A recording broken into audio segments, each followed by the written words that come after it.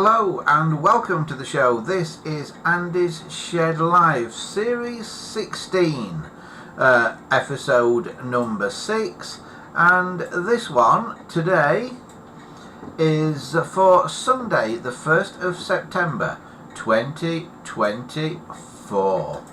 Hello, good evening everybody, welcome to the show. It's 7 o'clock once again. It must be a Sunday evening, and hello to everybody who's already found us, it would seem, in the old chat there today. We are broadcasting to you tonight on YouTube, on Odyssey, and also through the Facebook page at Andy's Emporium. So if you want to get on any of those, you can get onto any of those. But the chat that we are using is the YouTube and Facebook chat. Unfortunately, we can't link to the Odyssey chat for some reason. So it's the YouTube and Facebook chat. But if you want to watch without adverts on Odyssey, which you can do, then go into YouTube, open the pop-out chat window, keep the pop-out chat window open, close the actual video, and then open the video in Odyssey. Then you'll have the YouTube chat with the Odyssey video, which will be a better quality video for you as well. Right, I'm just going to have a little look who is with us in the chat. Oh, stuff's disappearing off the top of the screen already.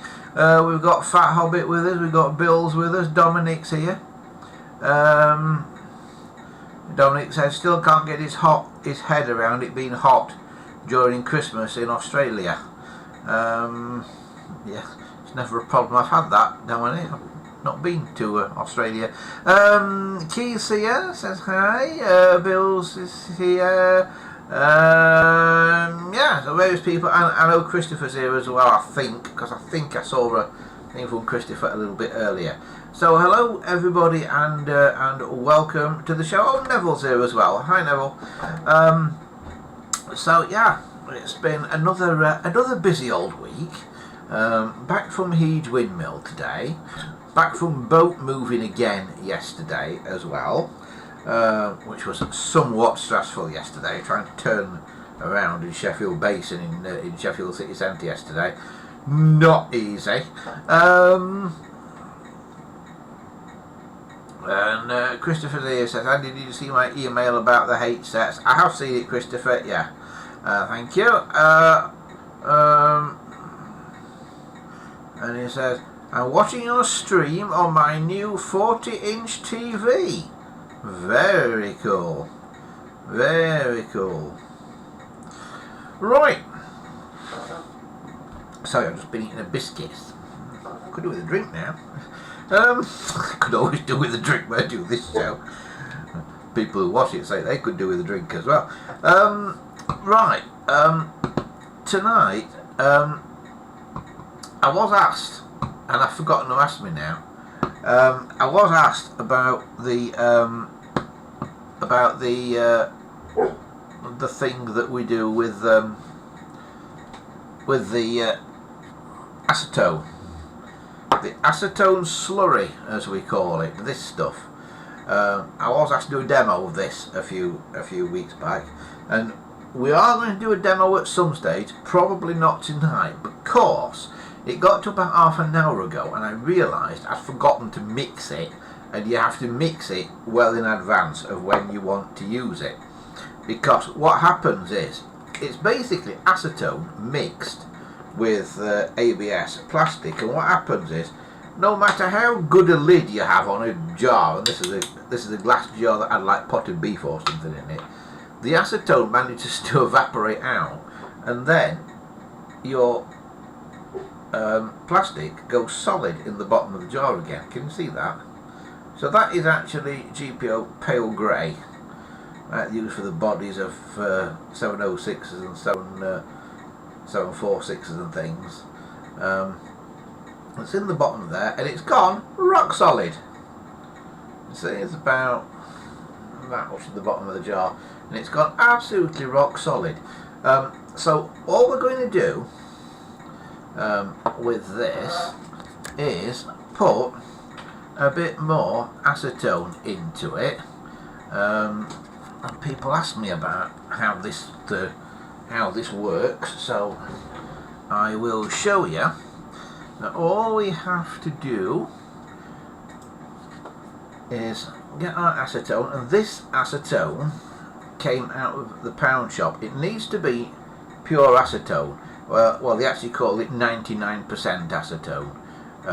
But be careful, because a lot of what you get in the pound shop as nail varnish remover, and it says with acetone, it's just that, it's with acetone. It's not acetone on its own. So i.e. they mix water with it and then it don't work so well. So you need basically pure acetone to do this. So this is pure acetone. So all I'm going to do is just put a few drops in here. Now in the bottom of this jar, as I say, there's about half an inch, centimetre something of stuff. So literally just a few drops. Right, that few drops in there like that, say, is probably enough. So I'm going to put that in there, put the lid back on, swirl it around a bit, and we'll come back to that a little bit later in the show, and we'll see how it's getting on. So I'll just put it up there for a minute or two, and we will come back to it in a bit. Right, just checking in with the chat again. I have to look at it on. I have to blow it up on my screen so I can see it. Dominic says, I saw a topaz yellow 746L the other day. You sure it was a yellow one, Dominic, and not an ivory one that had gone weird, that faded, or tanned, or whatever. I can say faded, but actually they go a darker colour, don't they? So I should really say tanned, shouldn't I?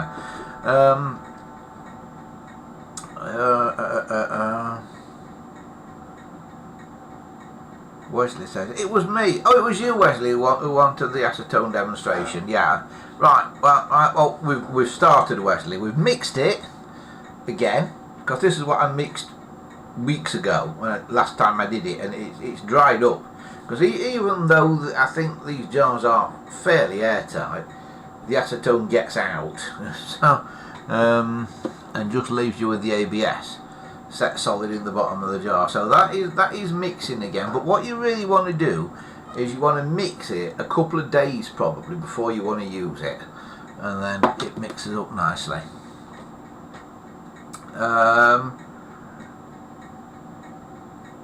Bill says, I've collected all the original colours of the 706. I like to have the full set. Yeah. Have you got all the versions of the two-tone ones though? The ones with the dark dial bezel and the ones with the light dial bezel.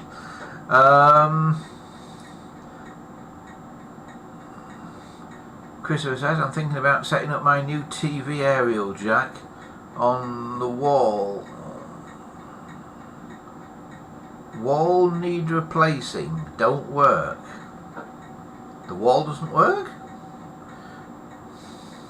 That's on a postcard.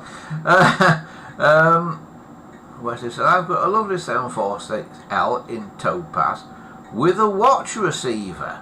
Is the watch receiver topaz yellow?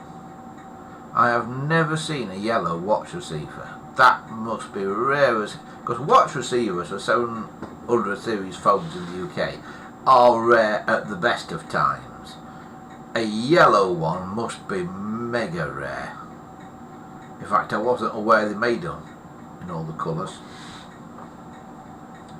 I've got a grey one, I've got a black one, and I think I've got an ivory one as well now. Watch receivers. What I've not got for any of the watch receivers is the little metal bracket that they hang on. If anybody has one of those little metal brackets that they hang on, if you could take some photos and send me some photos, I'd be very grateful, because I'm thinking I might have to try and manufacture some.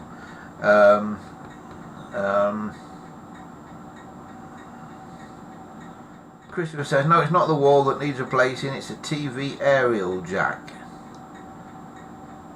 Ah, Right, I see.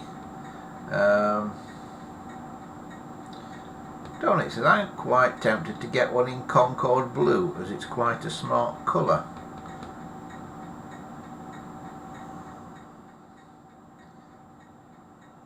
Wesley says, I'll get some pics on the forum. So Wesley's going to stick some pics on the forum of his phone. If you want to know where the forum is located, it's located here, gpotelephones.proboards.com. It'll be interesting to see that watch receiver, because they are a rare thing. For some reason, all French phones seem to have watch receivers. Every French phone you get seems to have a watch receiver on it, but in the UK, it's a very rare kind of add-on thing. So yeah, don't know what the difference is between the UK and France. It says something about the French, doesn't it? That they like to listen in on each other's phone calls and stuff. Bill says, I struggle to find the topaz yellow even in the 706. They're hard to spot, Bills, because they look like a suntanned ivory very often. I think topaz yellow is the rarest colour. I was once told, and I now can't remember who told me, it's a long time ago, that blue is the rarest colour. You know, the Concord blue, the dirty pond water blue, as I call it. But I don't think it is. I think topaz yellow could be the rarest colour, because I've seen quite a few blue ones, not many yellow ones. Keith says, has anyone managed to buy Oasis tickets? I was on the phone all day yesterday and the wait list got down to 97,000 and then crashed. Right, okay. You know, I've got a theory nobody's actually buying Oasis tickets. I've got a theory it's all hype and nobody's actually buying them. Because you, Keith, are the first person that I've heard of who's actually wanted a ticket. But if you've got £6,000 to spare, I think there are some for sale on eBay.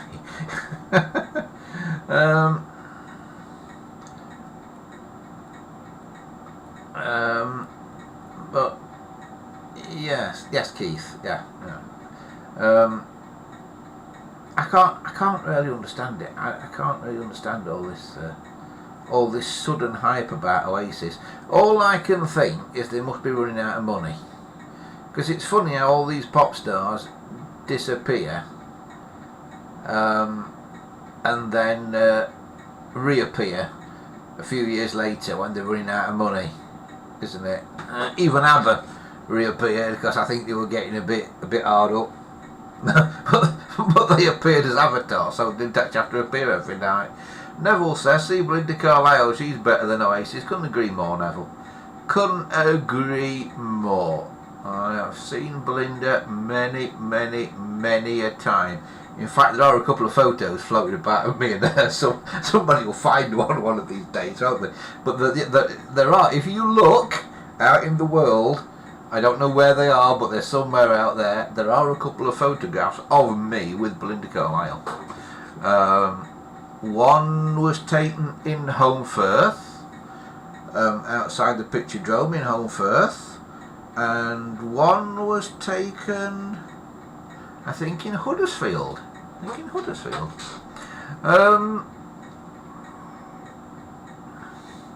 Bill says it's never as good when they come back.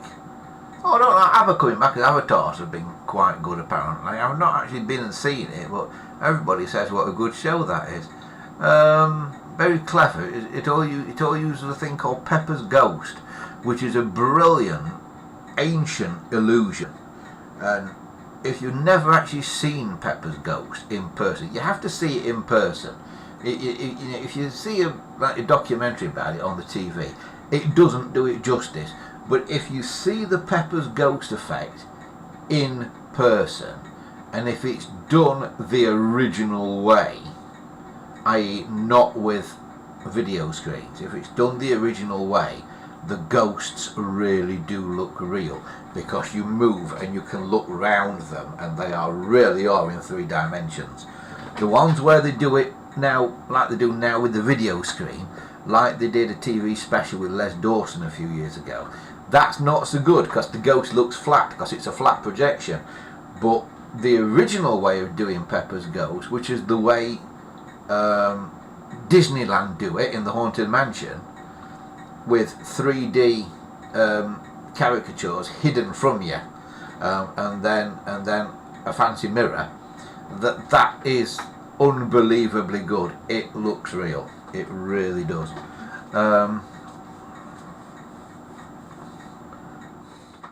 Wesley says, I'm not a fan of buying tickets just to flip and resell. Not fussed about Oasis, so cracking on. No, I'm not fussed about them either. I think you've got to be mad to go and buy an Oasis ticket, because the gigs are like next year, aren't they? And knowing them two, they'll have fell out again before next year and called it all off. So, yeah, mad for it. Yeah, I'm pretty sure it'll not happen. They will. Those two brothers will not stay friends until those gigs happen. I'm telling you now. There'll be a big spat and they'll call it off.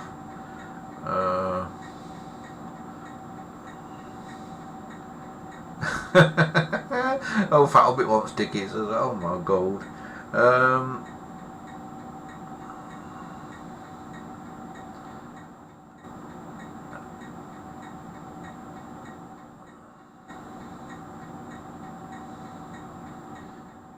Dominic says, please share some photos of your dial ambassador too, Wesley.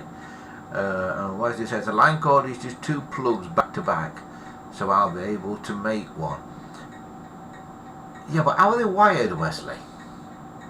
You know, it's 2 plugs back to back, but are they wired like that, or are they wired like that? I don't know off the top of my head. I've got one somewhere. No, not a clue where it is at the minute. It's stored away in a box somewhere. But the problem I had with my one was getting it working, because it had circuit board issues, and we ended up putting some jumper wires on the circuit board.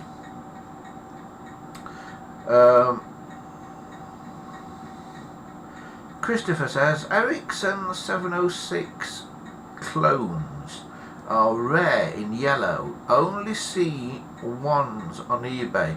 Yeah, I don't think I've seen a yellow one, Christopher. I think that is the colour that I've not seen of those. So I sent you an email showing my new TV.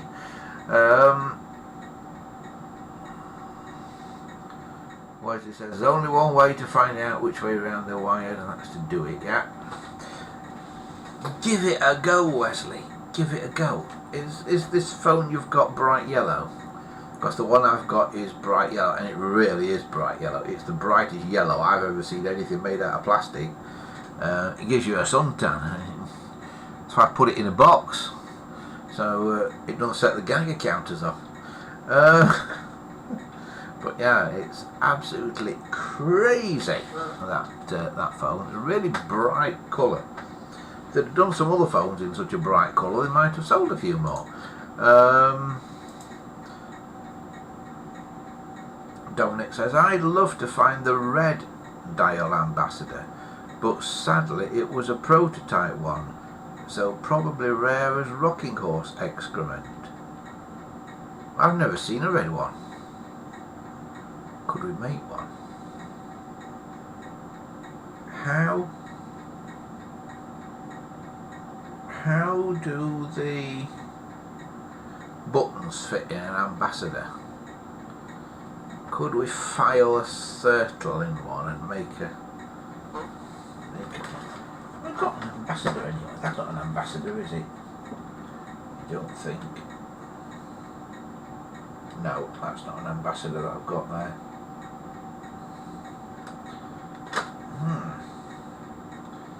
You don't see many ambassadors full stop, do you? You really don't see many ambassadors at all. They are fairly rare phone, ambassadors, actually. I think they were a business machine, weren't they? Office people had them on their desk. Or didn't they have like an add-on thing that would go at the side of them as well?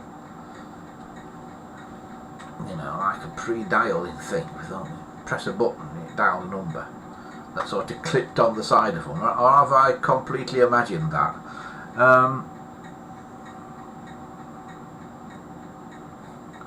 Fat Hobbit says, has anyone seen one of those old Hull phones with ivory body and a red handset?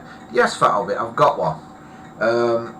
It's been on an episode some time ago. Don't ask me when, I can't tell you. Christopher might know, because Christopher's got a very good encyclopedic knowledge of what we've done on what episode. But yeah, we have featured one, and they're not all the same, and they're not all ex-Hull. It was a company in Hull called Kingston Communications, now called KCOM, but it's the same company. And basically it was originally, I think, a council-owned company that ran the telephone system in Hull. So they were different. They were never GPO in Hull and that area. I had a friend who lived in Beverley, and they were like it quite close to Beverley as well. And all the phone boxes were cream instead of red. Same phone boxes, but cream instead of red. But years ago, when they had dial phones, they did have these Siemens, what they call horseshoe phones, in them. And I've got one, but there are different versions of that phone. Technically, the innards in them. I think there's 2 versions known, and the one I'd got was a 3rd version that wasn't documented anywhere, and it was kind of half of one and half of the other. So I managed to work out where all the connections and that should go and stuff. By sort of using 2 sets of drawings and a bit of guesswork.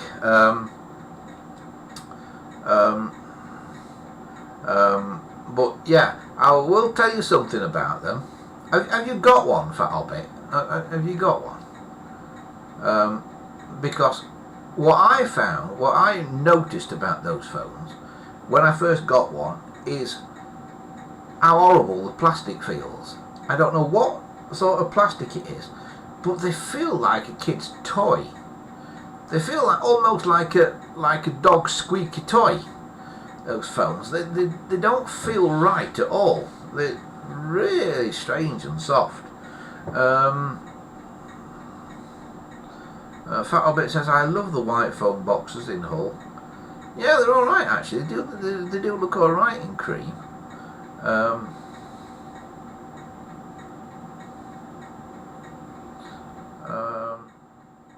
Dominic says, Hull seems to have more K8 type phone boxes than anywhere else too. Yeah, it probably does. I don't know if they had them new or if they like get cast-offs from what was the GPO. Worsley says, I'm on pizza this evening waiting for Tesco to bring my shopping. Yes. Yes. Dominic says, I think that plastic of those horseshoe phones is styrene. You could be right, Dominic. It feels a bit like plastic hard sheet. Yeah, it's certainly soft, whatever it is. It doesn't. You'll get a nasty shock when you pick one up. If you're used to picking up a normal 706 or a 746, you'll get a shock when you pick one of those Hull phones up because they're quite light, and like I say, they feel like a dog's squeaky toy. You press them and they move. And, yeah.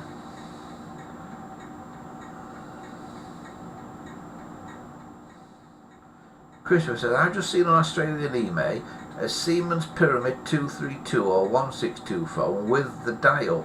Yeah, there seems to be a lot about at the minute. We were talking about this a bit last week, weren't we? There seem to be a lot of Bakelite phones about at the moment. A lot. I don't know what's happened, but everybody seems to be trying to sell a Bakelite phone at the minute. Something's obviously gone on somewhere, and I don't know what it is. Where's this pizza tonight? It's going to be ham, mushroom and mascarpone. Or mascara phone. Is it mascara phone or is it mascarpone?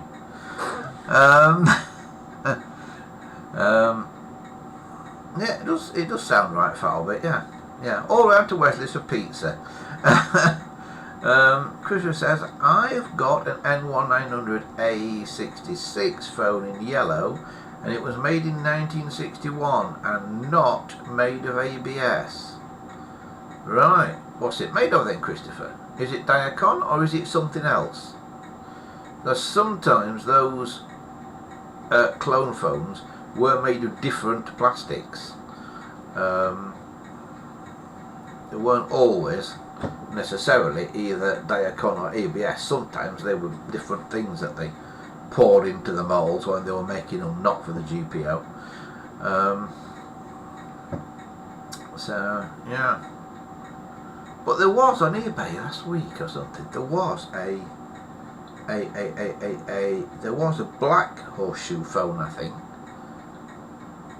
that I was watching, and I don't know what happened. See, I watch things on eBay and then I forget to check back, so they've gone by the time I remember about them again. But there was one of those horseshoe phones on. They turn up very rarely. There used to be able to get a grey and maroon one as well, a grey body with a maroon handset.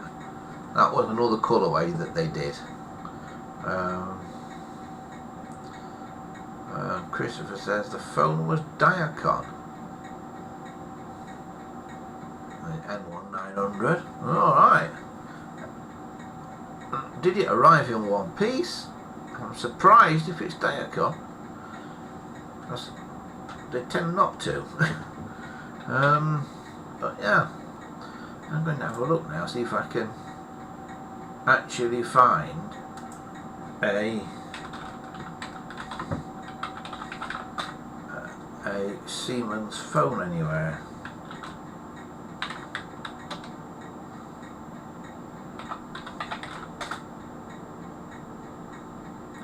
Oh, and of course it comes up with all mobile. Oh, there's one. Vintage Siemens Eddie Swan horseshoe rotary phone. Buy it now, $34.97. No, it's too expensive at that.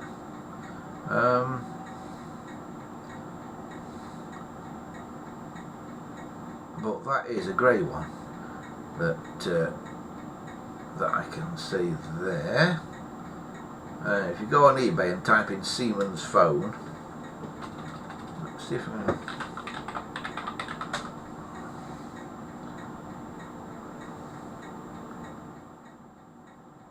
See if I can find any more.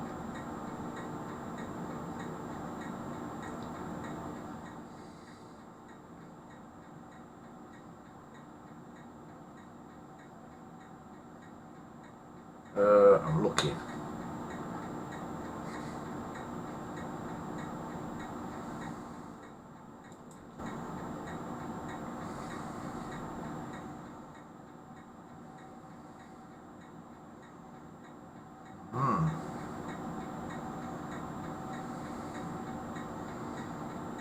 No, quick search is not revealing anymore. A more in-depth search might, but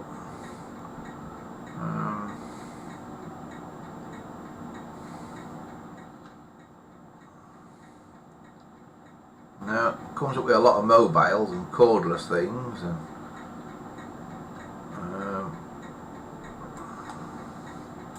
what if you type in Kingston Communications, what do you get?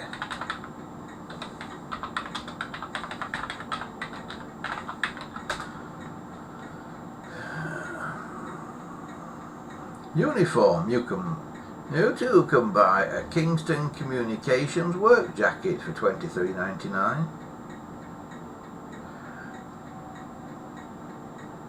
Or a Kingston Communications ballpoint pen for £2.75.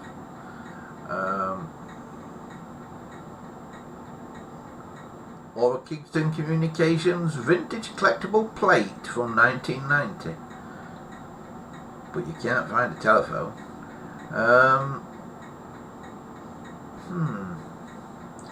A photo of a Kingston Communications cream telephone box, £2.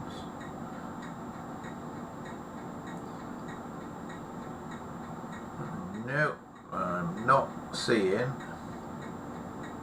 any more horseshoe phones. Let's actually try horseshoe phone.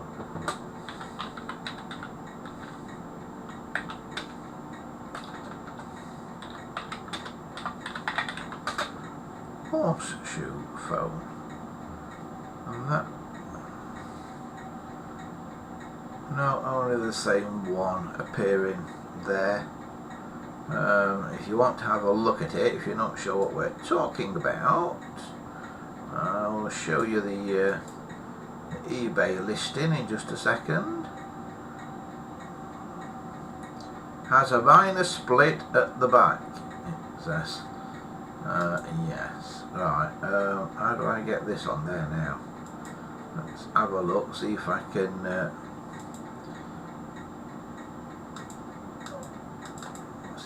show it to you.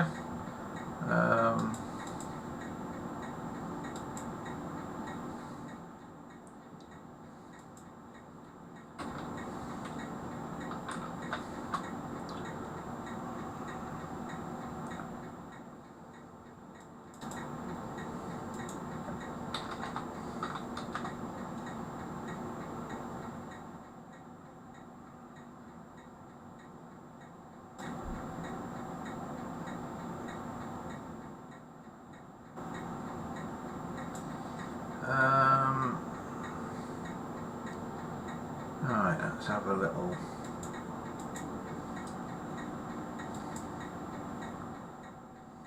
look.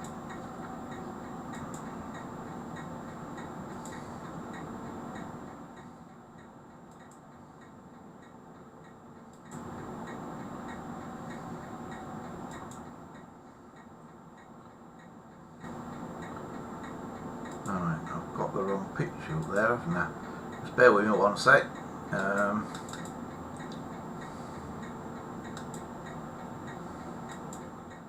That's the one.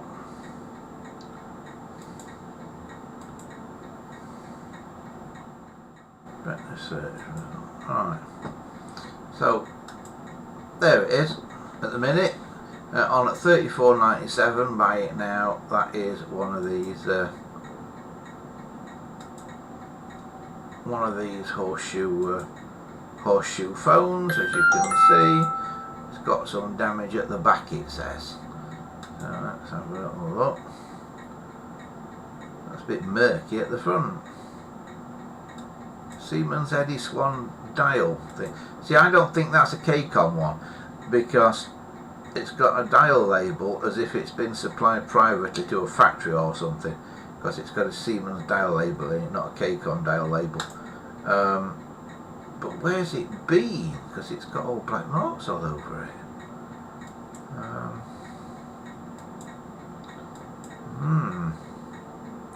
Oh, there's the crack in the corner at the back there.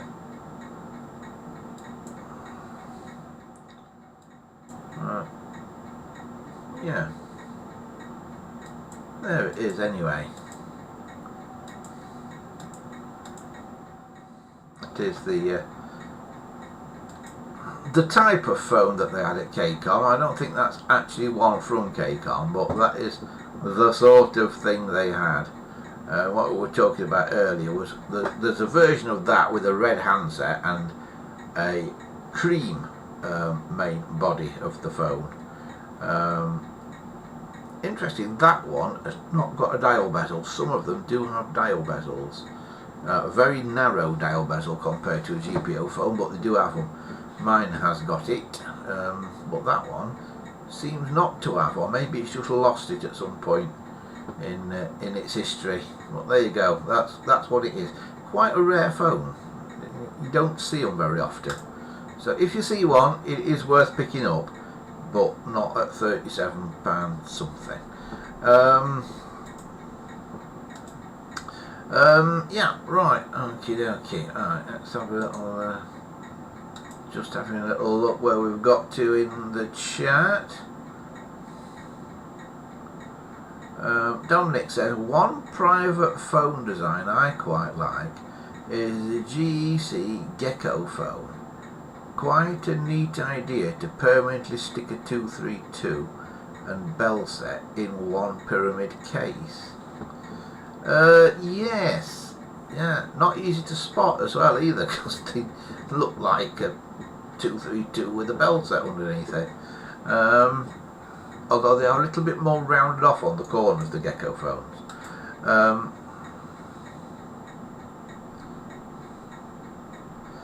Wesley says, I always think of Tales of the Unexpected when people mention Chippendale furniture. Anyone remember it? No. No.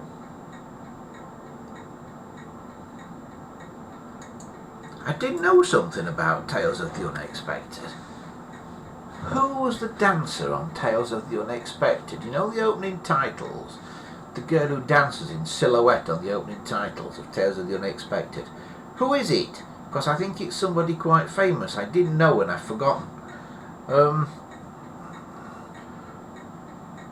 I'm wanting to say it's Glynis Barber of Dempsey and Makepeace fame, but I don't think it is. Dominic says it's not worth that with a crack, that phone. No, it's probably not, Dominic. It's probably not worth £37 without a crack, actually.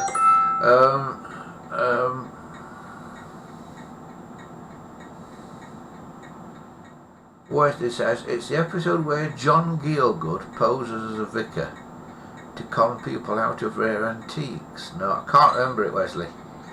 Cannot remember it. Christian says, I sent the link to the Siemens Pyramid phone in your email. Yeah, it'll probably not arrive here while we're on air, Christopher, because my email seems to wait for some reason when I went out. It doesn't seem to poll the email server while we're actually doing the stream. I think it's something to do with the bandwidth it uses.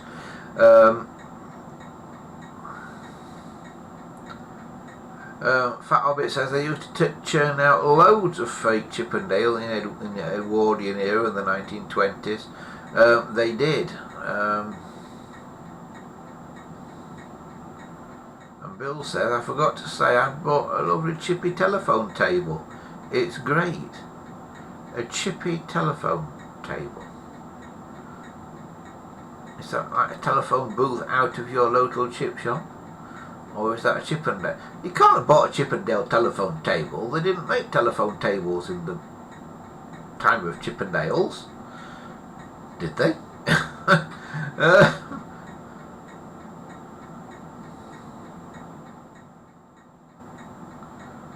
Wesley says it was a secretary apparently, not someone of fame. It was someone famous though. She may have been a secretary at the time, but I think she became famous later. Yeah, who was it? Who was it that dances on Tales of the Unexpected? See, Tales of the Unexpected. Tales of the Unexpected is a bit like Sapphire and Steel, in that I didn't really appreciate it at the time, but looking back at it now, I think they were probably quite good. But yeah, Sapphire and Steel was another one that, thinking back on it now, I wish there was something like that on now, and rather than all these goddamn soap operas that, yeah.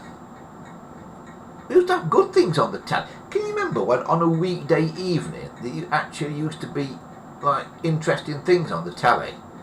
Can anybody remember Don't Just Sit There, which was like a science show on ITV that gave us Magnus Pyke that used to flail his arms about like this, the original mad scientist. Can anybody remember Don't Just Sit There with Magnus Pyke on?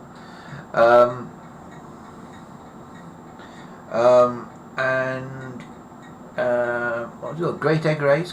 Who remembers Great Egg Race? Some of that on YouTube. I was watching Great Egg Race the other day. Yeah. Now it's just all Coronation Street, EastEnders and Emmerdale, isn't it? That's all you get on the telly these days. Karen Stanley was the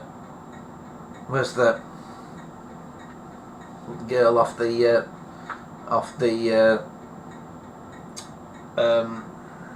titles to that. You know, I've just got no memory at all these days. I haven't. It's terrible, my memory these days. Karen Stanley, apparently, was her name. But talking of Glynis Barber, where's it gone?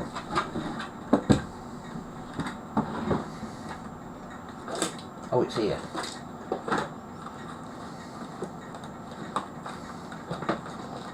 Hang on.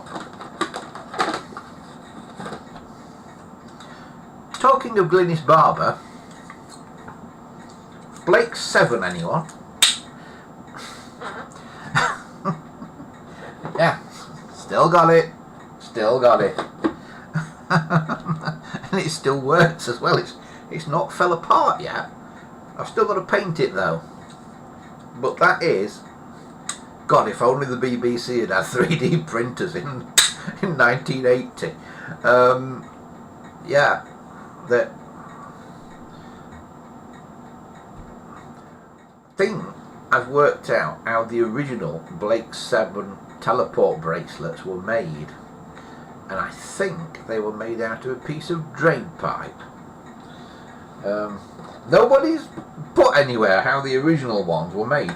We know how the Blue Peter ones were made, out of a pop bottle, and because all the original ones disappeared off the set of Blake 7, later ones on Blake 7 were also made out of pop bottles using the Blue Peter method. But the original ones were made out of drain pipes, I believe. And they do naturally. There's no clip on them. It's because they're round. And it's because there's a bit under there and a bit on the top, you see.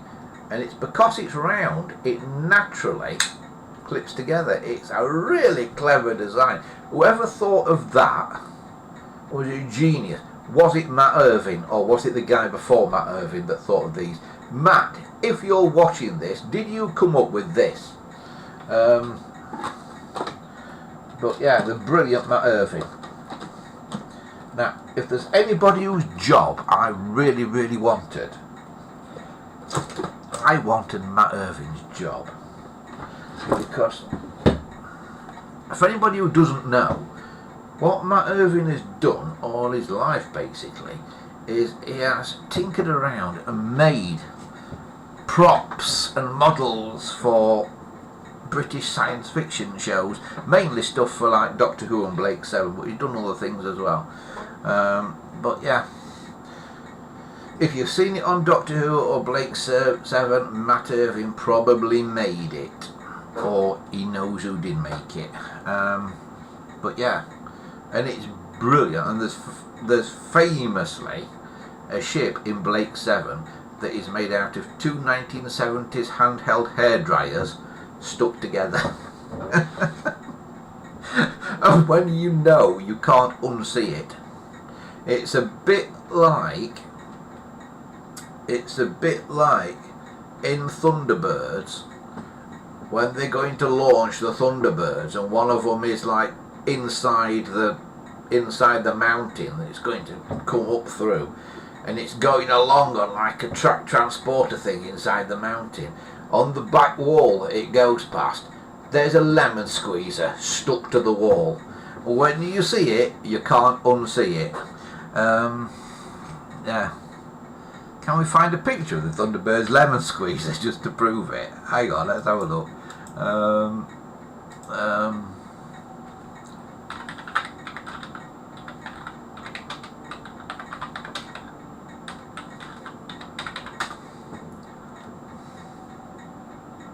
Yes, we can. It's on Reddit, this picture. Hang on, I will show you this.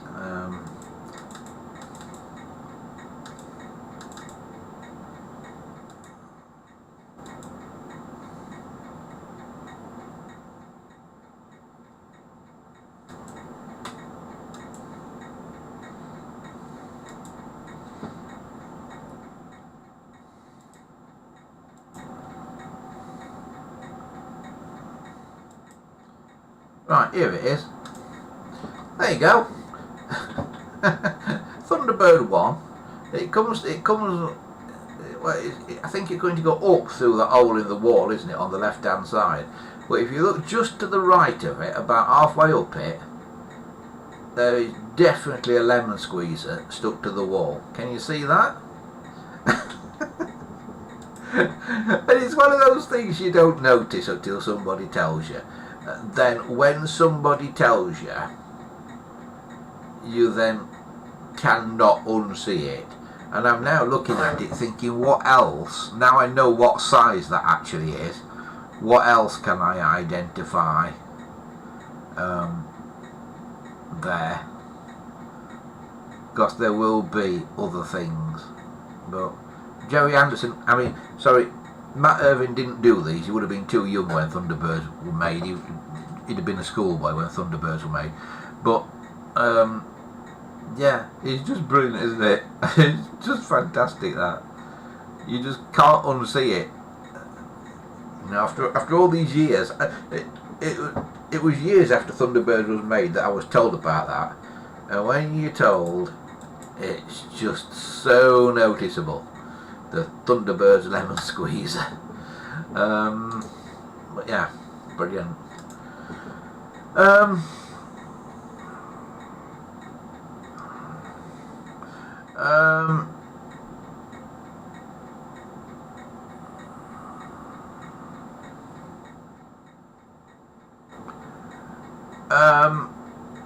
Mindboggle 100 is here. Hello, Mindboggle. Just want to say how much I enjoyed the canal art rose tutorial. I'm glad you liked it. It is actually quite a good video, that one. People like that video because the way I did it on that, the way I did the roses on that is not the way most people do them. Most people do them and it's like one brush stroke, and I've actually got one of the brushes here. This is how most people do it, with a really long brush like that, and it's just, and a petal is just one like that.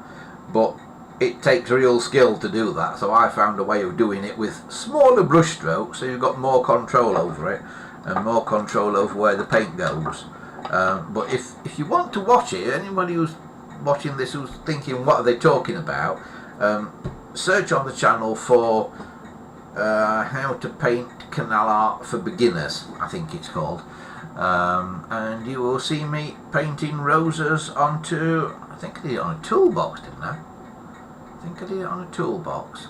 But yeah, I've also done a big tin box that's about yay big sort of thing, which has now got an old sewing machine inside it for want of somewhere to put it.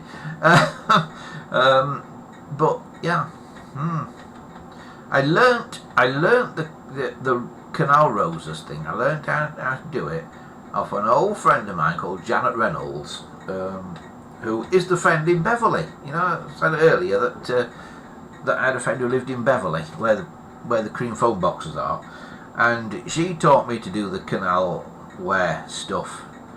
Ooh, 20 years ago, yeah.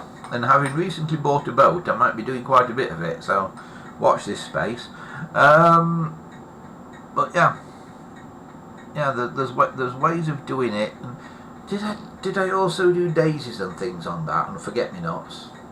Don't think I did forget-me-nots on it. I might have done daisies on it, I don't know. But there are ways of doing it. But the thing is, Mindboggle, don't take it too literally. If you're going to have a go at doing it, don't take it too literally. Do it in whatever way works for you, because it's kind of like painting a picture. Everybody has their own style to it, and when you know, you can tell who's done a piece by exactly how they've done the leaves and stuff like that, and what colours they've used and all that kind of thing.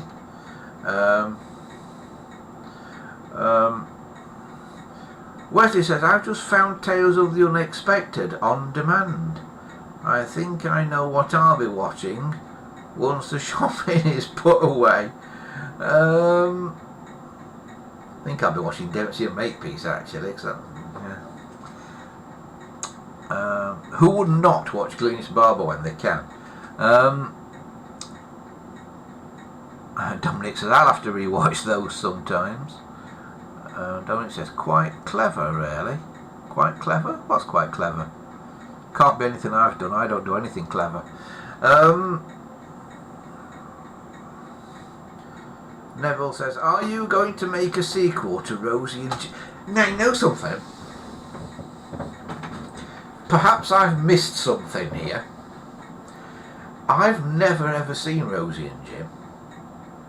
People talk about this all the time. I have never seen Rosie and Jim. If anybody can point me to Rosie and Jim, please. I've never seen Rosie and Jim. Was it a Cosgrove Hall thing? Was it a Cosgrove Hall animated thing, a bit like Charlton and the Wheelies? I'm led to believe it was, but I don't know because like I say I've never seen it. I have seen Charlton and the Wheelies though. I can do quite a good Charlton. Hello, little old lady. That's Charlton from Charlton and the Wheelies. If anybody can remember Charlton and the Wheelies, they'll be going, that's freakish now.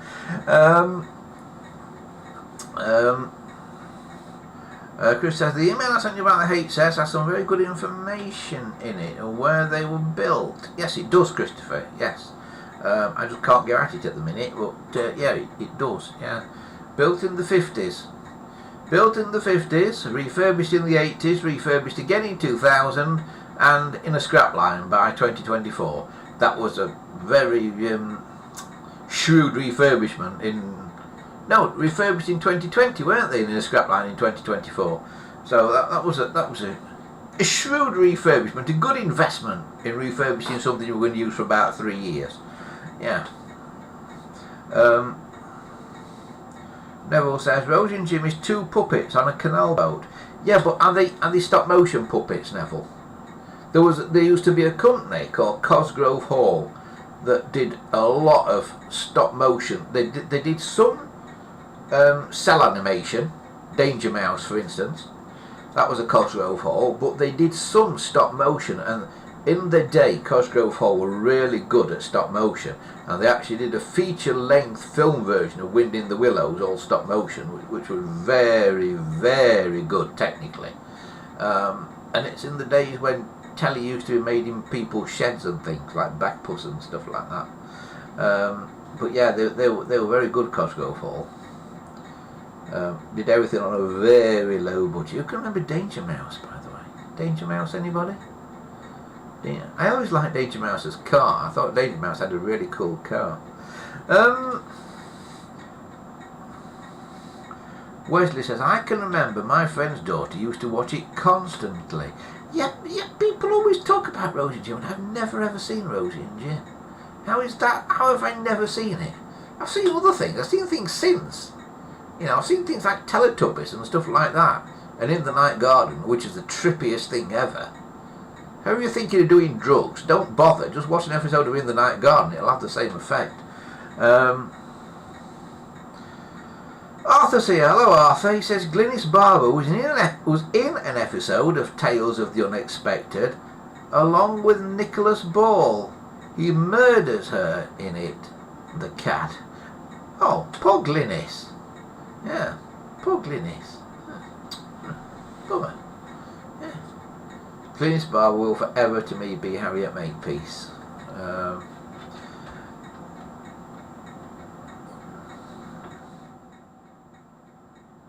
Yeah, forever Harriet Makepeace. I know she was Sue Lynn in Blake 7 as well. Actually, what have I done wrong here? Right.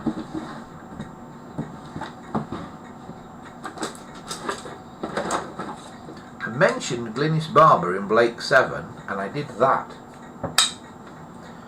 Blake 7 fans will know there's something wrong with that string of events. Can anybody tell me, for a bonus point, what's wrong with mentioning Glynis Barber in Blake 7 and clipping one of those on your wrist? Something wrong with that.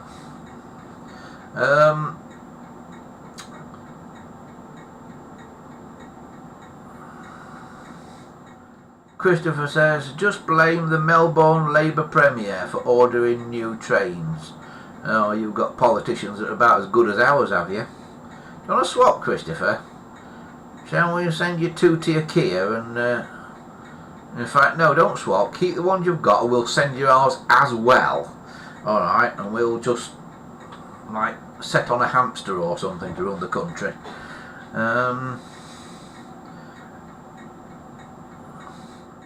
Dominic says, I saw Rosie and Jim when I was very little.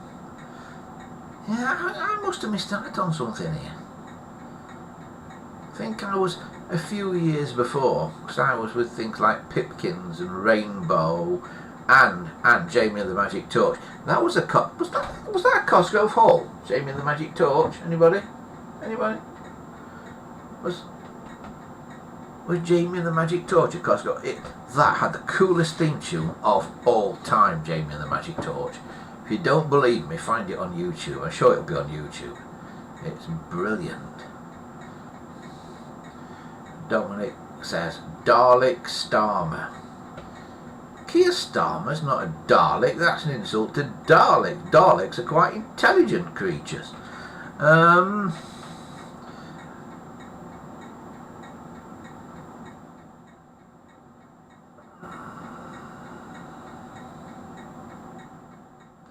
Arthur says, yes, a private airport.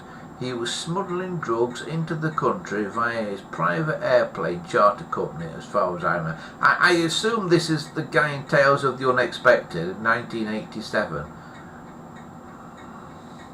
Wesley said, I've never seen that since it was on, Arthur. I think I was still at school at the time. Yeah. I was sure that girl tested on Tales of the Unexpected was Glynis Barber. Look at Glynis Barber in Dempsey and Makepeace and look at the girl on the titles of Tales of the Unexpected and tell me they're not the same person. I think Glynis did it and just didn't tell anybody. She'll be on in a minute. Wasn't me. Devil says Jamie and the Magic Torch is excellent. I love the tune too. It's really good. Oh no, Button Moon. Oh dear God. Yeah. Have you been to Button Moon? Have you followed Mr. Spoon? Will you be back soon at Button Moon? Yeah, never will get that. Wesley says, if it was 87, I would have been. The rest of it's conveniently blank. Arthur says, me neither. Jamie and the Magic Torch was just fantastic, though. Again, super trippy. All these programmes were super trippy, weren't they? They were super trippy. I mean, it all started with Dylan the Stone Rabbit on Magic Roundabout, didn't it? but in the Night Garden, it's the scariest, weirdest, trippiest thing. In the Night Garden is relatively modern. It's probably about 10 years old now. But made by the people who brought you Teletubbies and that, if that wasn't weird enough. But in the Night Garden, right from the get-go, it's like a horror film.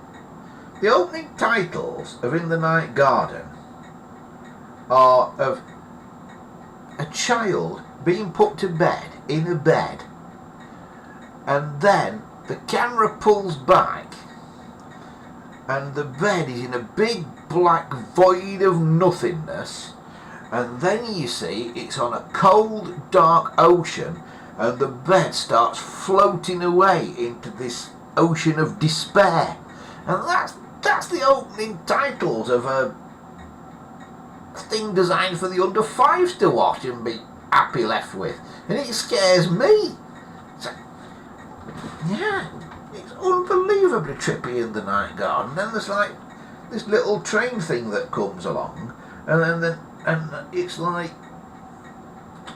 up to the knee of the character that's waiting for it. It's a tiny little toy train, and then the character somehow gets into the toy train, but the toy train is smaller than the person who's getting into. How the hell does that work? Don't even go there. Yeah. But if you are going to watch an episode of In the Night Garden, watch the one with Macca Packer and the runaway Ogpog, because that is quite funny. I realise if you've never seen any of that will mean nothing to you, but just write it down: Macca Packer and the runaway Ogpog. Don't ask me how you spell any of that though.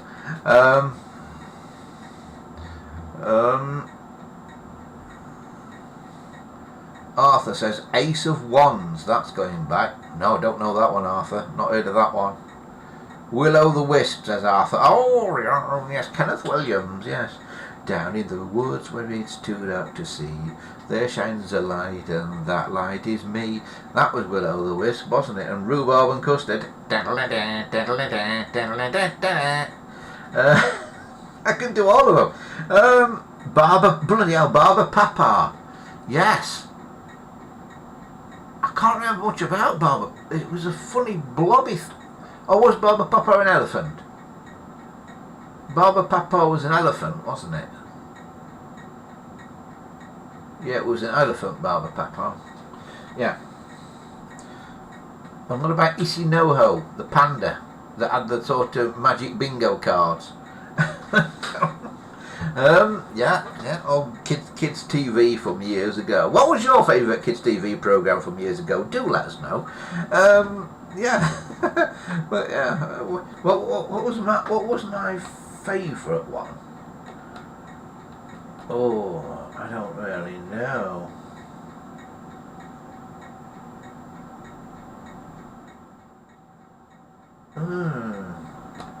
I don't really know, to be honest. Jamie the Magic Torch has got to be up there because of the theme tune. I also really liked Charlton and the Wheelies. It was just funny, Charlton and the Wheelies. Hello, little old lady. The witch in Charlton and the Wheelies.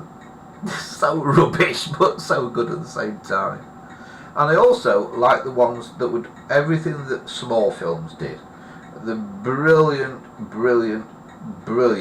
Oliver Postgate, and that, yeah, unbelievable. The two guys at Small Films, all made in a garden shed in Kent. Ivor the Engine,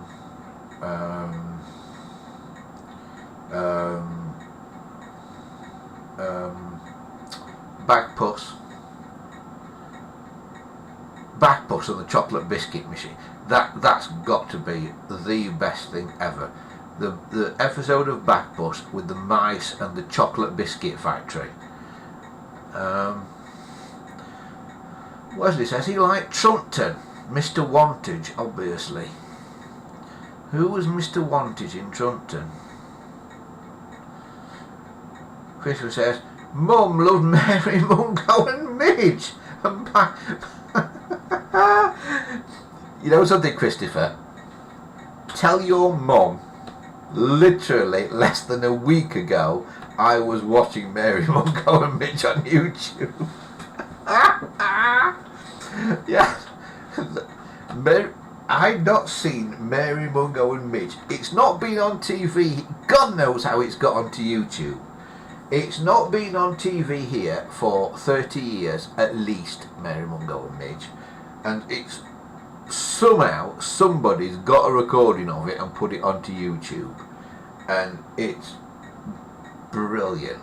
And what is really good, what you may not know about it, Christopher, is the guy that narrates Mary Mungo and Midge is a guy called Kenneth Baker.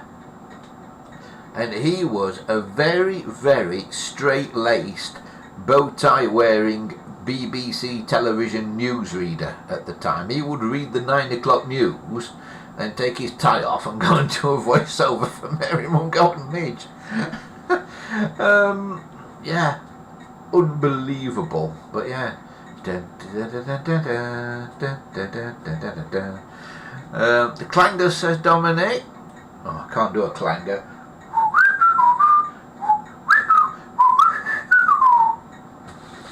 What did I just say in clangerese?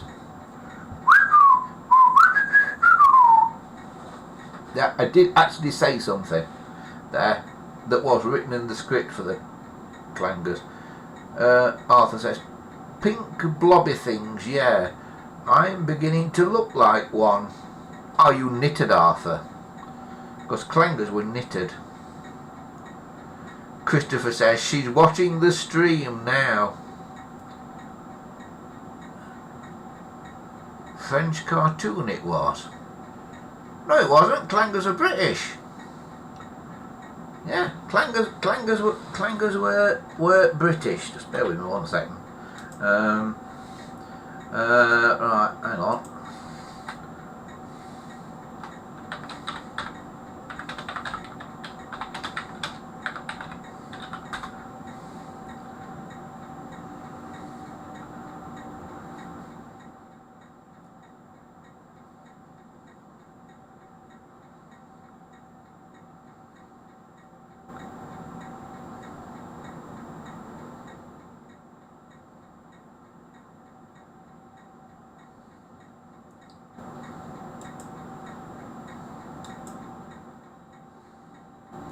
Right, where are we?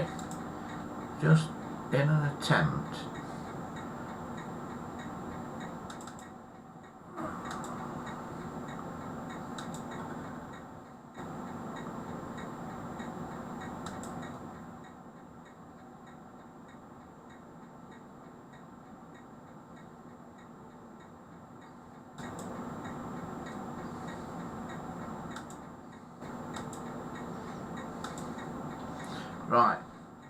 Right, Christopher, is your mum in the room at the minute, Christopher? Yeah? Is mum in the room? Hang on, let me get back into the chat. Christopher, get your mum and stick her in front of the screen and tell me when you've done it. Arthur says, Baba Papa was not an elephant. Was he a strange, blobby, nondescript thing? What was Baba Papa then? What was the elephant? What was the elephant? If Baba Papa wasn't an elephant, what was the elephant? I thought Baba Papa was an elephant. Or maybe it was a strange, like, blob thing, a bit like the new Shmoo. Dominic says, is that magic roundabout? Christopher says, Mum also loved Rainbow. Oh, Jeffrey! Backpuss was the little Hamish creatures was funny. The little Hamish creatures. They were mice, Arthur. They were mice. They were the mice on the mouse organ. We will mend it. We will fix it. We will mend it. We will fix it. Yeah. Barbar the elephant. Oh, Barbar the elephant. So that's different to Baba Papa, is it? Right. So Baba Papa was a strange blobby thing then. Christopher, have you found your mum? Right. This is for Christopher's mum. Do you recognise that, Christopher's mum? It brings back such memories, that does. I don't think Midge is on that. I've been looking really close at that picture. I don't think Midge the mouse is on that. But yeah, that was just really, at the time, that was really good. That used to be on after Pebble Mill. Was your mum bunking off school, Christopher, to watch that? Because that used to be on at dinner time at 1:45. There used to be a thing called Pebble Mill at 1. And you only ever used to see the sort of afternoon programme for kids if you were bunking off school. And then at 1:45 it was either the Flumps, Tumpton, Camberwick Green, Chock-a-Block, or if you were really lucky, Mary Mungo and Midge. Well, there you go. That is Mary and Mungo, and there is a mouse called Midge as well. You just have to take my word for it, because he's not on that. But it was the most rubbish animation you've ever seen. And if you ever see Captain Pugwash, look at Mary, and then get Captain Pugwash side by side, and I swear to God, Mary is Captain Pugwash with a different wig on. But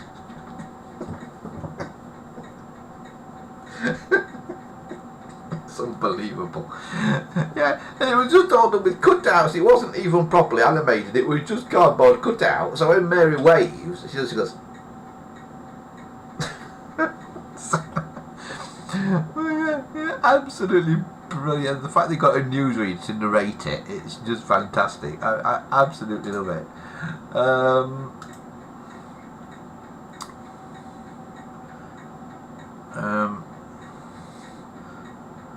Keith says Captain Pugwash was my favourite,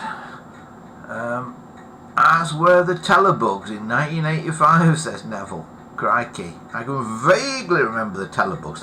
They were a strange Japanese anime thing, weren't they, the Telebugs? Don't think it lasted very long, the Telebugs. Christopher says Mary and Mungo. Christopher says out of the 51 H-set cars made, only 6 H-set cars have been preserved. Is that a full set then? 6. Arthur says Bump was an elephant. I don't know that one. Bump was an... Where have all these programmes gone? You know something, there ought to be a channel that just shows all these, didn't there? Because I'd watch it. How about you? The Raggy Dolls, says Dominic. My God, I've totally forgotten all about that.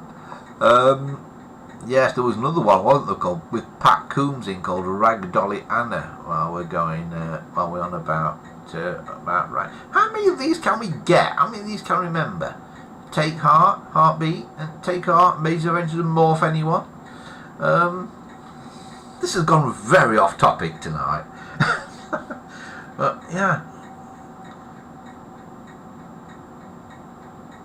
Oh, I'll tell you one I did like. It's a little bit later than all these, but it was an ITV drama thing. The BBC, the gritty drama that the BBC had for kids was Grange Hill, of course. But ITV sort of saw their Grange Hill and raised them with a thing called Press Gang. Can anybody remember Press Gang, with a very young Julia whatever the hell her name is in it, who later went on to be Safi in Ab Fab. But yeah, can you remember Press Gang? And they also had a very funny American style sitcom, although it was British, called Spats.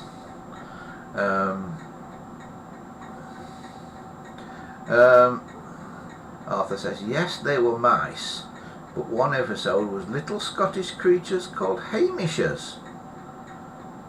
Were they? Don't remember that one. I have to look that one up. I only remember the one with the chocolate biscuit. It's just legendary, the one with the chocolate biscuit factory. Neville says I remember it. Dominic says, were any good ones made in Elstree? Only one, Dominic, and I don't remember it, and it was around about time I should remember it, really. But it was an ITV thing, and I think it used to be on a Saturday morning. It was called The Double Deckers, and that was made at Elstree, but none of the other kids' programmes were made at Elstree, as far as oh, Grange Hill, the exteriors, at least, for Grange Hill, were done at BBC Elstree, where they now do EastEnders. But some of the exterior shots for Grange Hill were BBC Elstree, some of them. The interiors were at Television Centre, but they used to put them all on a coach and bus them out to Elstree to do the exteriors. Ivor the Engine, says Christopher, in the top left hand corner of Wales. Yeah. Ivor the Engine was made twice, Christopher. There was a black and white version of it, and then they made it all again in colour. Neville says Teabag was good. CAB, or CAB, Children's Ward, and the Raggy Dolls. Yeah, you were an ITV person, weren't you, Neville? You were allowed to watch ITV. You were on the Naughty Boys channel, you were. ITV there, but bet you watched Tiswas as well instead of Swap Shop, didn't you?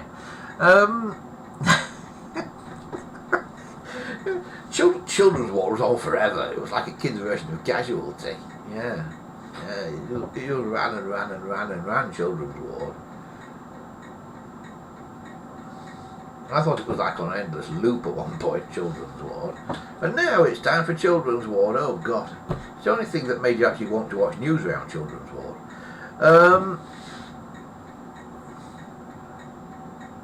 Come on, how many more can we get? How many more can we get? Oh no!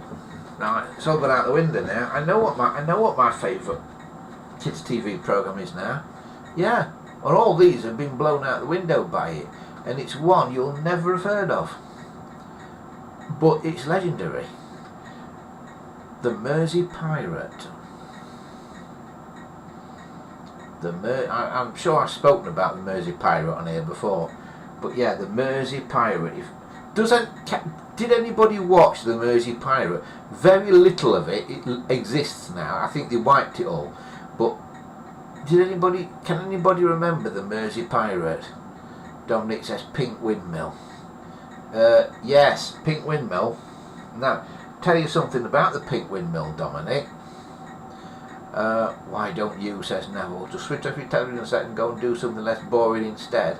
Yeah, the Pink Windmill, there were various iterations of that, and one of them was a thing called the All Live Pink Windmill Show, where they phoned somebody at home while the show was on air, because it was live, and anybody who did a live TV show always phoned somebody at home, because it was very the thing to do in broadcasting at the time, to prove you were alive, was to phone somebody live at home. And they had a phone on the All Live Pink Windmill Show that I'd quite like to make a replica of. It was a black 706 that they painted pink for the programme, and I might make an Emu's All Live Pink Windmill Show telephone. If you did look on YouTube for Emu's All Live Pink Windmill Show, there's clips of it. In fact, there's full shows I think on there. Christopher says, my mum loved Multicoloured Swap Shop too, and Rent-A-Ghost. If you mention House Needs Haunting, just call Rent-A-Ghost. Yeah, that one. Timothy Claypole, hi mum. And Nadia Popoff. I can't watch Coronation Street now. I would not be able to watch Coronation Street for years, because the woman who was Nadia Popoff in Rent-A-Ghost went from Rent-A-Ghost to Coronation Street, where she stayed, and to this day, if I happen to turn on Coronation Street, I think, why is Nadia Popoff in Coronation Street? Magpie, says Arthur. Yes, the Naughty Boys version of Blue Peter. Yes, Magpie. Yeah, do you remember Magpie? There's bits of Magpie about as well. I've got another one for you. How? And also, how to.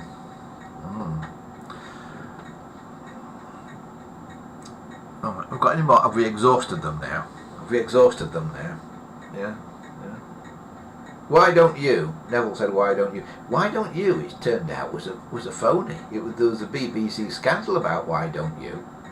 Because, why don't you? It was like a load of kids in a youth club type thing somewhere. And every time there was a set of school holidays, it was a different bunch of kids in a different youth club. And it was done regionally, so it'd be like, the why don't you Belfast, or why don't you Scotland, or why don't you Wales, or something like that. And they always used to say, oh, we've had a letter from so-and-so about how to make chocolate Krispies. And the truth is, they never got any letters at why don't you, because it was different. It was made by a different region every time. So they never got any letters. And all the letters and things, or at least most of the letters and things on why don't you, were made up. So when they said, this is so-and-so from such and such a place tells you how to play this game, all made up by BBC producers. Fireman A. I think Dominic means Fireman Sam. Oh yeah, Sam and Postman Pat. I know a song about Postman Pat. Sesame Street. Yeah, Sesame Street. 9:30, ITV, in the school holidays, Sesame Street for an hour, whether you liked it or not. every single day for 6 weeks. Big bird. Christopher says, have you got any new phones, Andy? No, I've not, Christopher. No, nothing new this week. Nothing at all this week. Like I say, I looked at some things on eBay, and I put them on like watch, and then forgot to go back and keep watching. So they all finished. James the Cat, says Neville. No, can't remember James the Cat. Ragdolliana, says Neville. Yeah, Ragdolliana with Pat Coombs. Yeah, I do remember that one. That was an ITV one as well. Seaview says that now. Seaview.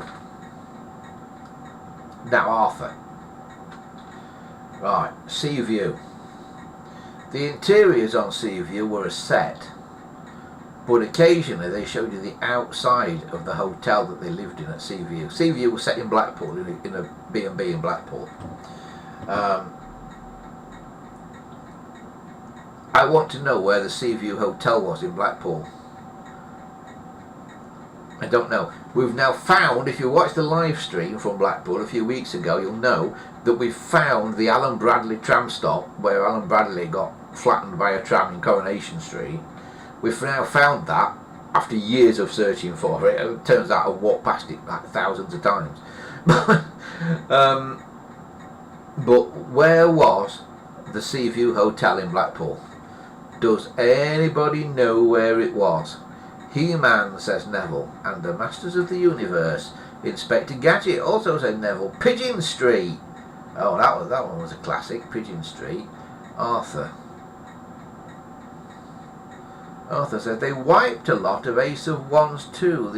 The entire first series featuring Judy Lowe, Richard Beckinsale's wife. Ah. Yeah, they were good at wiping stuff in the 70s and early 80s. Pingu, says Neville. Wind in the Willows, says Neville. Yeah, that was Cosgrove Hall, Neville. Wind in the Willows. Dominic says, I had Thundercats on VHS. You can get cream for that, Dominic. Scooby-Doo, says Neville. There was a god-awful version of Scooby-Doo on TV the other day. Turns out they've done a CGI version of Scooby-Doo. Not the film CGI Scooby-Doo, which was okay, I guess. Got Buffy the Vampire Slayer in it, so it's got to be okay, hasn't it?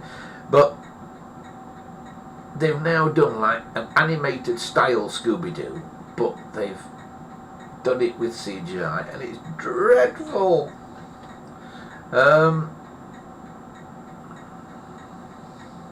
Dominic says, oh, I know where the Seaview Hotel is.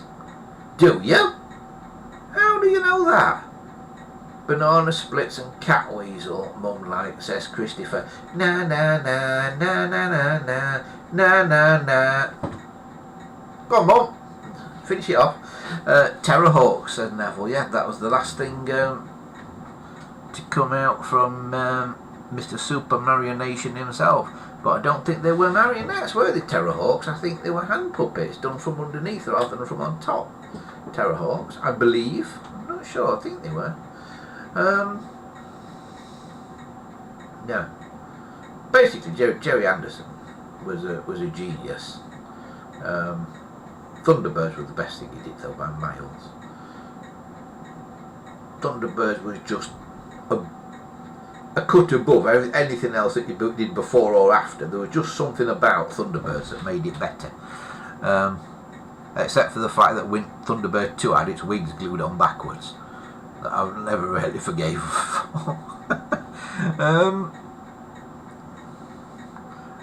Will-o' the Wisp said, now we've already had a Will-o' the Wisp. Down in the woods where it's too dark to see, there shines a light, and that light is... I can remember when Will-o' the Wisp was new. I can remember when the Flumps were new.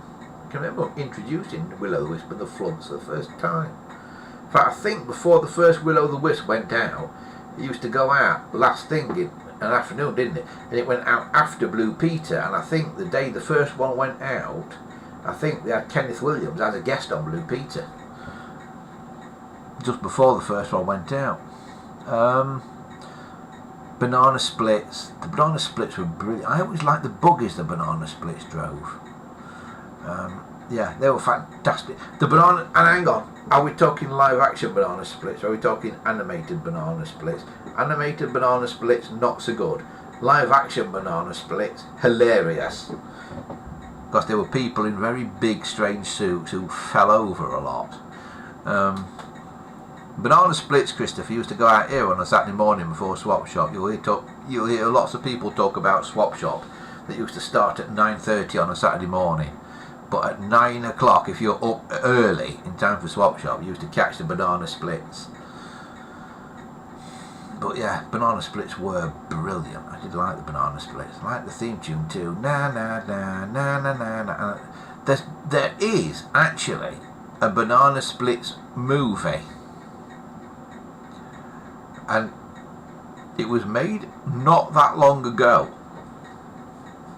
5 or 6 years ago perhaps. And the Banana Splits movie is a horror film.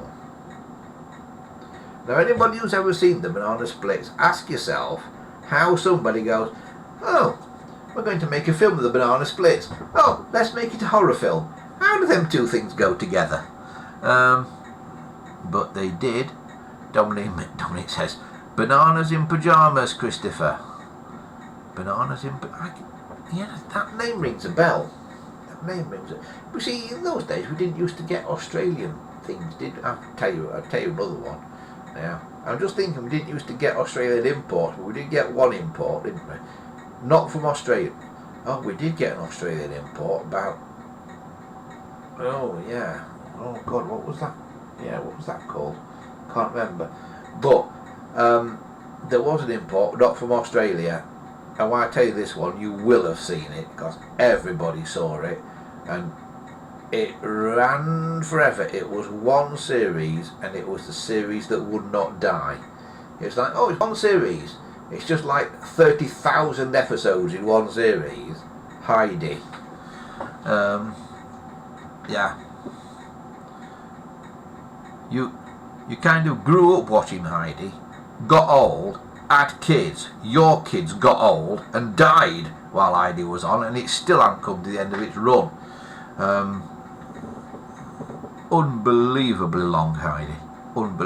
How many episodes was Heidi?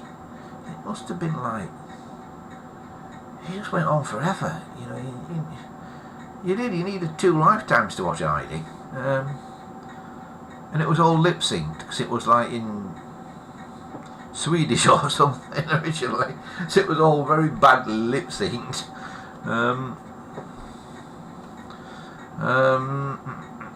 You know, on YouTube, you know when your voice doesn't quite match up with your lips on YouTube. Well, Heidi invented that. But yeah, I think we've exhausted them now. I think they've all gone. I think we've exhausted the lot. Oh. Chris says, Mum liked Puffin stuff, HR Puffin stuff. Now, I know what that is, Christopher, but a lot of people on here won't, because that never got broadcast in the UK. HR Puffin stuff. As far as I'm aware, I don't think it ever came to the UK. But I've got friends in America who remember HR Puffin stuff. HR Puffin stuff. Yeah. But it never made it over here, that.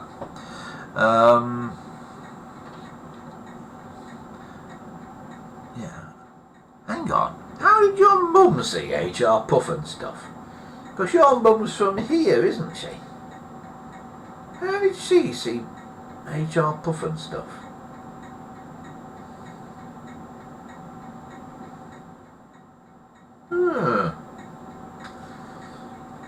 Did your mum have a very early satellite dish before anybody in the UK should have had a satellite dish?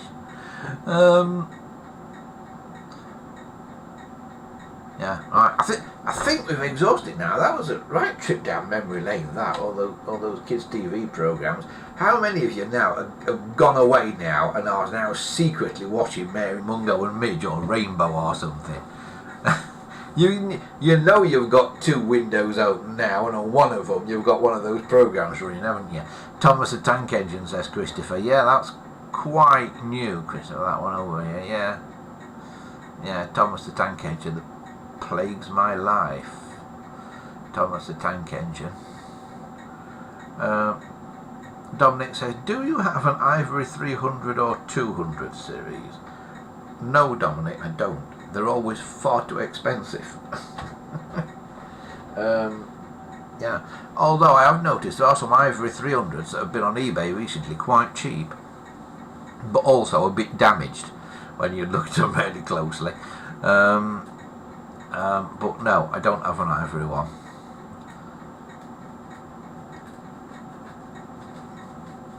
Because they're always crazy money. Arthur says, Will-o'-the-Wisp, then the news. That was my cue to go out or go to my room. Richard Baker was the newsreader at the time. Yes, Richard Baker of Mary Mungo and Midge fame. Yeah. Yeah, that's right. Yeah, Richard Baker would have read the news about then. Yeah. Yeah. And Michael Fish would have done the weather as well.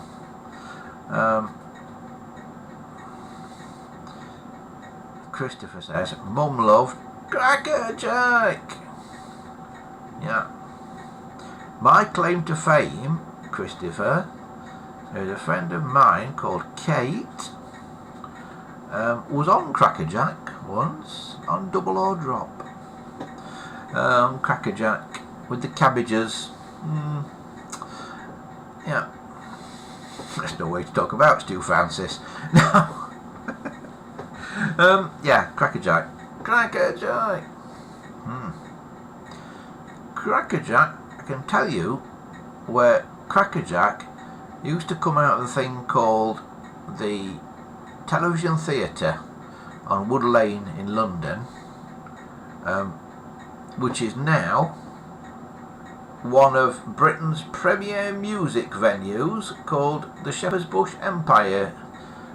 It's a really old theatre that was originally called the Shepherd's Bush Empire, and the BBC bought it in the 50s, used it for 3 programmes that I know of. Cracker Jack, the Val Doonican Music Show, and oh come on, what was the other one? Wogan. Used it for Wogan, Wogan's talk show. And when Wogan finished, BBC got rid of it and sold it on, and it became the Shepherd's Bush Empire again, and now lots of bands go and play there, and that's where they used to do Cracker Jack.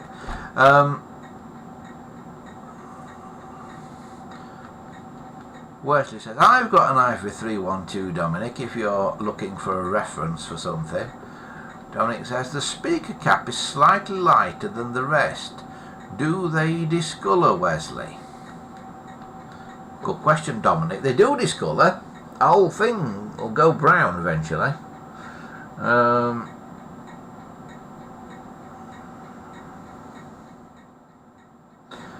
Chris says, my mum said she used to watch HR Puff and stuff in England. Did she? That one must have got by me. Sure that didn't get out over here. I will do some research, Christopher's mum, and I will see what happened to HR Puff and stuff. I can't remember that going out over here. I've only seen American clips of that. That must have been on ITV, I think. I don't think that was a BBC thing. It must have been an ITV thing, and it must have been a weird... Was it like on in the school holidays in the mornings or something like that? You know, strange time. It wasn't it wasn't on that normal afternoon block of kids programs, I don't think, was it? It must have been on in like school holidays, or maybe a Saturday morning or a Sunday morning or something like that. I didn't know it made it over here. That was trippy as well. HR Puff and stuff. That was strange. That was. That character with a really big head.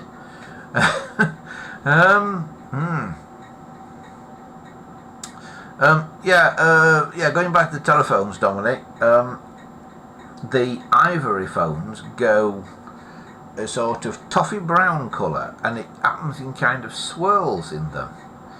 And it's very strange when they start going, and they also start to give off a very strange smell as well when they start doing that. And it's the plastic breaking down, and it seems to happen to some and not others. I don't quite know why.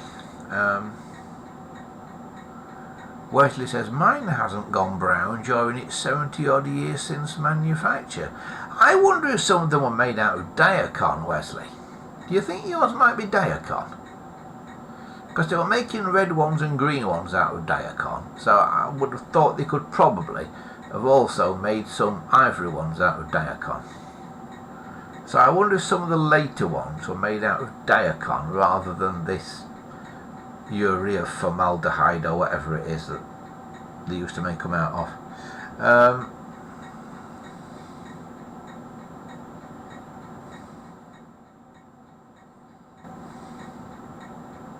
Mum can't remember when HR Puff and stuff was on, says Christopher.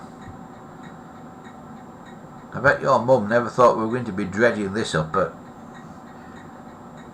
What are you both doing up at this time in the morning, by the way? It's only very slight, so nothing major, says Dominic.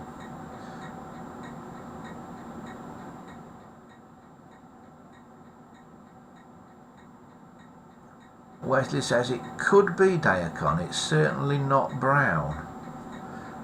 Is it shiny, Wesley? If it's very shiny, it'll be Diacon. If it's super shiny, it'll be Diacon. Dominic says, I heard some very late ones were Diacon, so might be what mine's made of. Yeah, you might have got one that's mainly Diacon with a urea formaldehyde cap on it, or the other way around. That might explain the slight colour alteration. The Diacon ones will be more shiny generally. I've said this before, it's really hard to explain, but there's a depth to the shine of Diacon that other things don't have.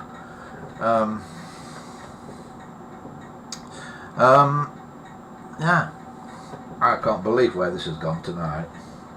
I can't believe I've been having a conversation across the world on YouTube about Mary Mungo and Midge.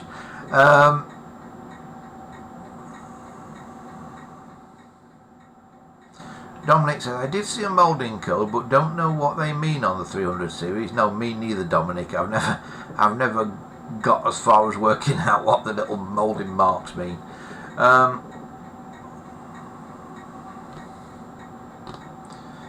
Christopher says, I've got some clear light bulbs for you, which are blown. Crikey. Yeah, how are we going to get those over here? I'm not sure we can get them over here, Christopher. I'm not sure you can send glass internationally, because they're like a vacuum vessel, aren't they? And there's weird things about the post. But yeah, where is my light bulb? I don't know where it is. I have done one.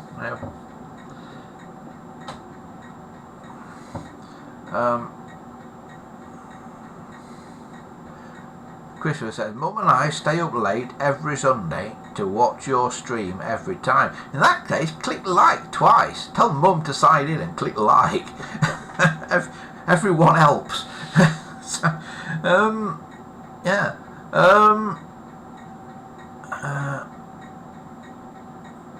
It's alright, I'm reading the chat now. I can't believe where this has gone tonight.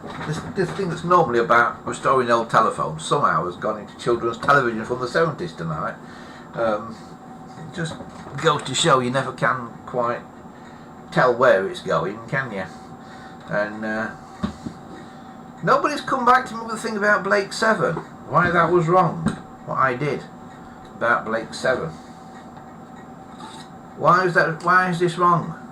Glynis Barber wearing one of these on Blake 7. Why is it wrong?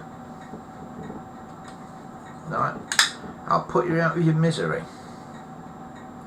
Glynis Barber, who played Sue Lynn on Blake 7, came to Blake 7 with the Scorpio ship after the Liberator had blown up.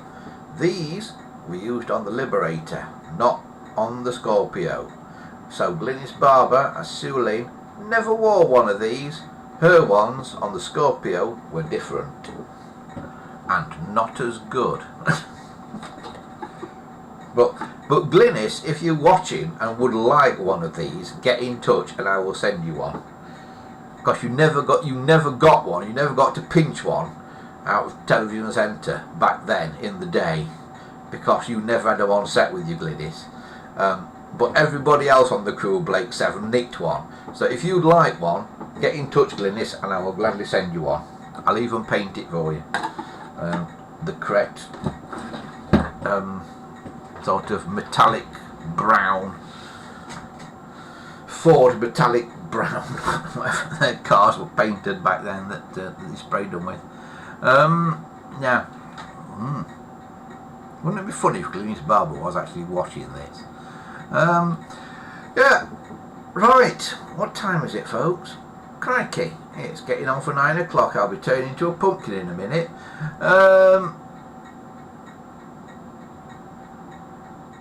Christopher says, are incandescent light bulbs still sold in the UK?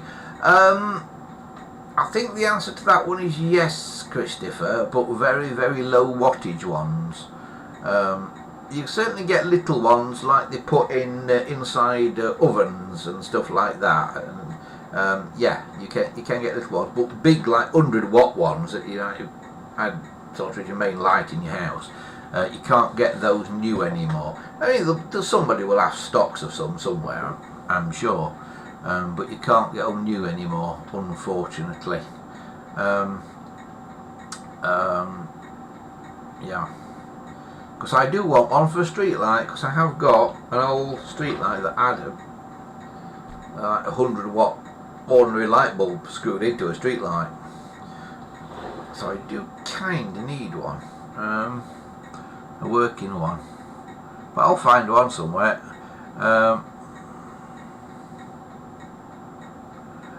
Wesley Pegden says Michael Brandon watches the channel, so watch what you say.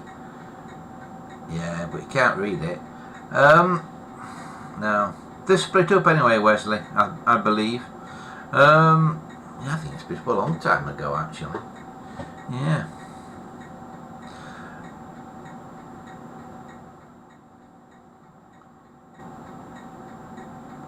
Dominic says, have a good week, everyone. Only a couple of weeks till driving test number 2 now. Wow. Yeah, it's coming up then, Dominic. Are you prepared? Are you ready for it? Are you ready for the driving test?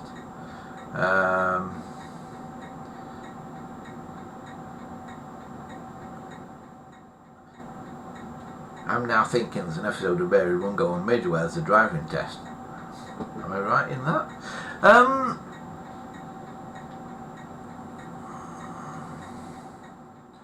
Christopher says, about the light bulbs, it's the same here in Australia. I had 2 100-watt ones off eBay here in Australia.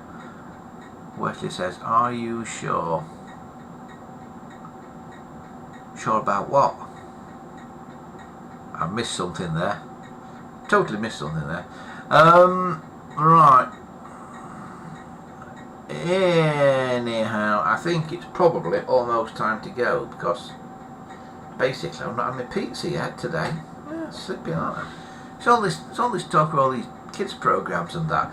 You know something? This stream is going to like get a gazillion views, isn't it? Because of all this talk about these kids TV programs and stuff on it. I only wish I could play you some of the clips that I found here tonight, but YouTube won't let me. But most of them are on YouTube, so have a little look through. If any of the things we've been talking about tonight are interesting, you look through YouTube or look through Odyssey and you will find nearly every show that we've talked about on here tonight. Christopher says, I have a lot of incandescent light bulbs in 100 watts. Yeah, it used to be a lot here, but I think people have just used them up now. You don't see them very often. Mine was delicious, says Wesley, referring to his pizza. Right, rub it in, Wesley. I've not had mine yet. Rub it in, yeah. Right, I think it is probably almost time to call it a day. Just before we go though, let's have a look and see what the goop is doing in this jar.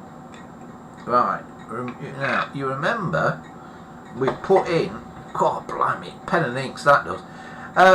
We put into this jar a load of, I just got to do that again before I have to move the photo off. We put into this jar some acetone to reactivate the, I don't know if you can see in there or not, but the liquid acetone has gone, and can you see, if I can tip it downwards, there's like slurry in the bottom of there now, and what you want is you want that sort of sticky, goopy, custard-like slurry. You want everything to turn to that. So what I'm going to do, because there was rather a lot of plastic in here, I'm going to put a bit more acetone in it, and we'll leave it till next week. And what we want is, we want what you end up with, the mixture you end up with, we want it to be kind of like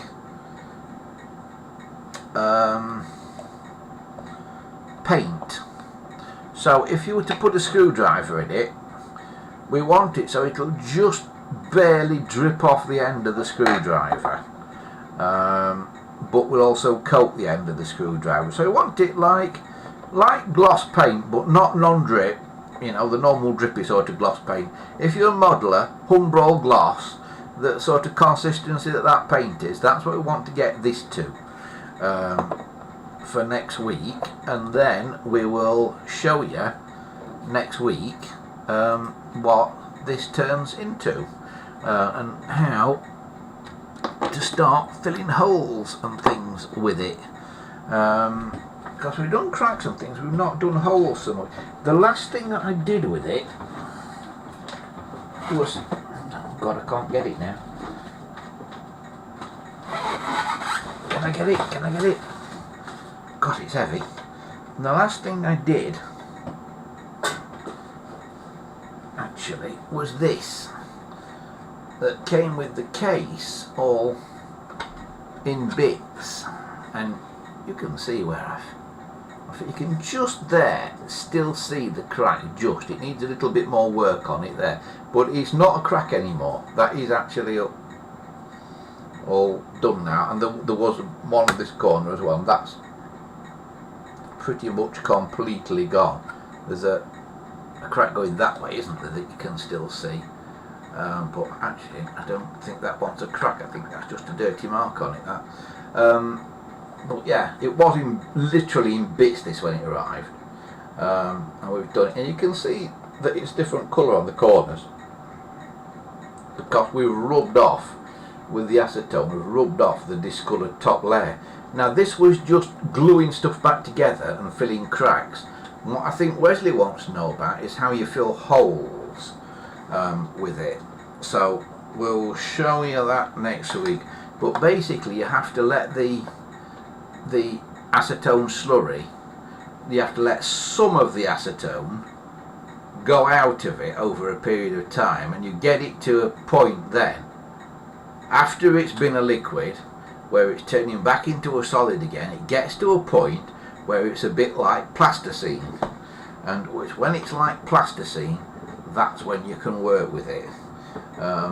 So that's what you kind of want to get it to. Right, can I put this now? The trouble is when I pick things up, they don't always fit back in the place where I picked them up from. Right, so that is about it for today, folks.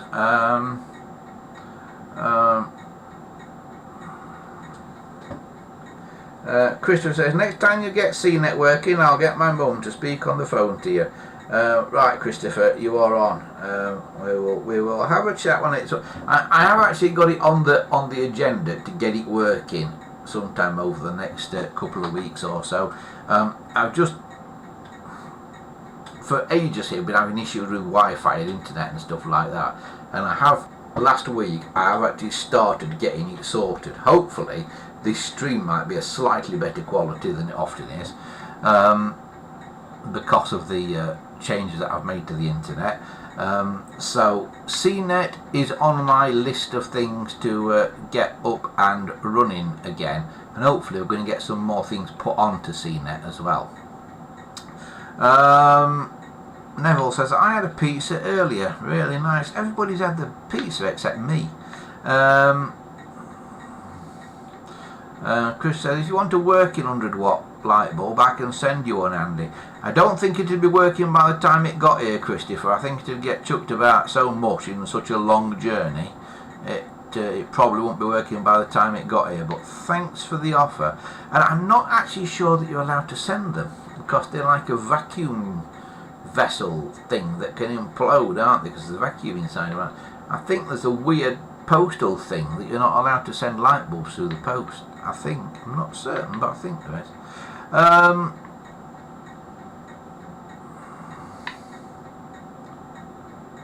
That is exactly what I need to do, says Wesley. Do you mean fill in a hole?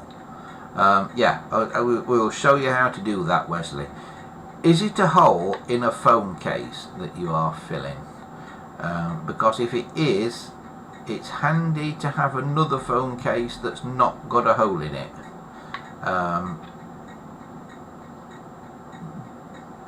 But yeah, I'll explain why next week. It's too hard to explain without being able to show you at the same time. But if you've got one that's not got a hole in it, it's handy to have that to hand as well.